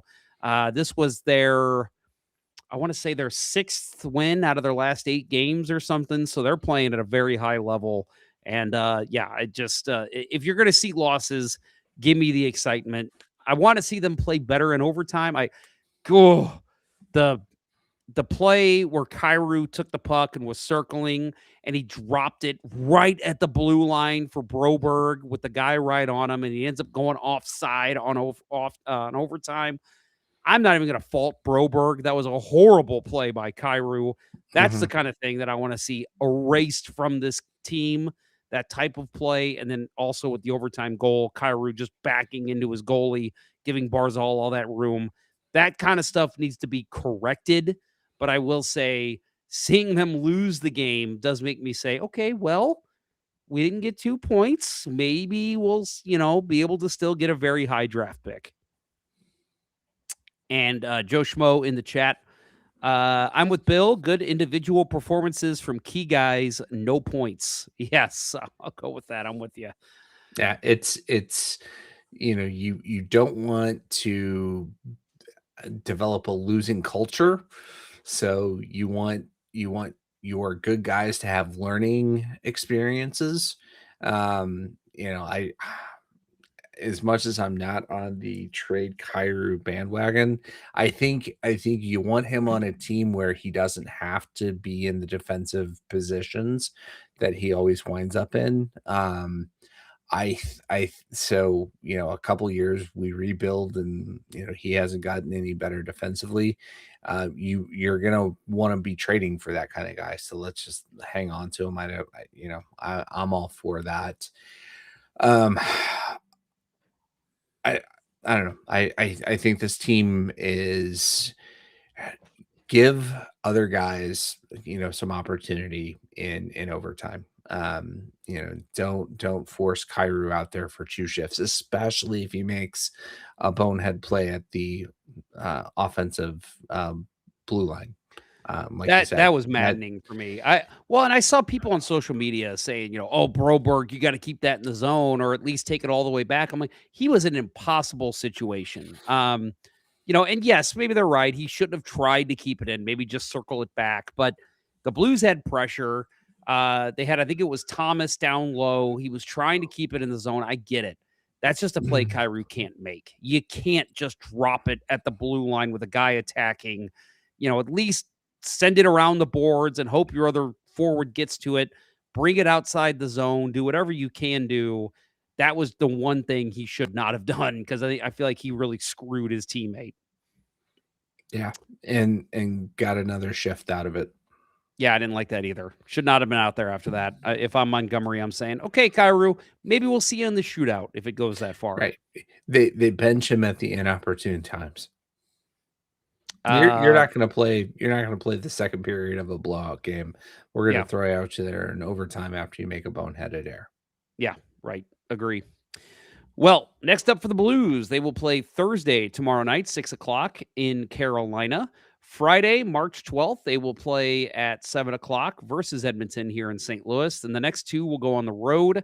Sunday, March 15th, they play at 2:00 against Winnipeg And then Wednesday on March 18th, they will play at 8:30 in Calgary. As far as our next show goes, we play Wednesday night, I believe. So us is in the forest, Bill and I. So maybe Tuesday if you're available. If not, we can figure out something else. But yeah, we'll keep you all informed. Just follow us on social media. We'll let you know when that next show is. Bill, I see you looking. Are you looking at our schedule right now? Yeah. Yep. So we are. I think we play Wednesday at 10. No, Wednesday at 8:30. Oh, reasonable hour. Reasonable Wait, hour. Wednesday at 8:30. Are we playing the Flames? Yes. We go on the ice the same time as the Blues. So yeah, no, we are playing the Lumberjacks. Hey, if the Blues really want to tank, let the Force play one of your games. Damn and we can let the Blues. We can let the Blues play the rest of our season, and that way maybe we'll make playoffs. Yeah, maybe they win. Yeah, yeah. Maybe Kyrou won't drop it at the blue line in a beer league game. No, he definitely would. He still will. All right, Bill. Anything else for our lovely fans listening live right now? No. I think we covered a lot of things here tonight. We covered all the good stuff. Yeah. So the countdown is on though. 7 more shows, folks, after this one. So we hope you will join us live as much as possible. And again, stay tuned with us on social media. We'll let you know when the next show is. And of course, as we have updates on the new show, we will keep you updated as well. So, and I this isn't official yet. I need to talk to Kurt about this because he's technically the owner of all of our social media. I think we're just going to transition all of the Let's Go Blues radio stuff over to Hockey Night in St. Louis, or whatever we're going to call the new show. So you shouldn't have to re-follow us anywhere. Only place might be YouTube. Might start a new channel there. But other than that, yeah, I would say we're probably going to keep the same one, just change the handle, change the name. So that'll make it a lot easier on all of you who still want to follow the show. All right. A couple comments we'll get to right before we leave. Both games would be massively entertaining, talking about us switching with the Blues. I agree. It makes me wonder, what would people rather watch? The Force try and fumble their way against an NHL team, or the Blues play in a beer league game? I'm going to say the former. But only one time, right? It's Mystery Alaska and the novelty of it. Yes, not that we have Russell Crowe. You could pass for a Russell Crowe. I'll take Russell Crowe. Yeah. We need let's see, who would be our Stevie Weeks, the fast phenom rookie? Is that Dalibor Dvorsky? Is he going to try to get with Jordan Kyrou's sister? Whose dad is a judge? We got to find that out too. All right. I don't think we have anybody like that on our team. No, we do not. Kurt would play Hank Azaria's character because, and I'm quoting the movie, don't get upset with me, social media, because Kurt skates like a homosexual. That's one of my favorite lines. It's so outdated now, but that was such a funny line talking about Hank Azaria. All right. On that note, well, we said Ken Morris, look forward to the next show. Divide by Zero. Thanks, guys. So appreciative of your efforts. Jeff, PM'd you the link to the Prince video. I will definitely check that out. Bill, you said you've already seen it, but I think so. Send it to me. I'll send it to you. Cool. Thanks, Divide by Zero. Appreciate that. And appreciate all the math talk we got tonight. Any kids listening learned a lot tonight. So thank you, everybody, for all of that. And I'll shout out Adam Gold. Thank you for sending me the Planet Money during the show. Nice. We'll check it out tomorrow. One of my other go-to podcasts that doesn't involve hockey or Bigfoot. So there you go. I'll just leave it at that. We got to talk about the Bigfoot thing off air because that sounds right up my alley. All right. Thanks to our incredible sponsor, strikewithmike.com. That will wrap up episode 23 of season 15 of the original St. Louis Blues hockey podcast, Let's Go Blues Radio. Thanks for listening, and thanks to those who participated in the YouTube and Facebook live chats during the live show. Make sure to follow us on socials at LGB Radio and like, follow, and subscribe to us on YouTube, Facebook, and Twitch. For Kirk Price and Bill Day, I'm Jeff Ponder, and this was Let's Go Blues Radio. Until next time, everyone, let's go Blues. Let's go ahead and start losing some more. Lose, Blues, lose. Let's go Blues. Let's go Blues.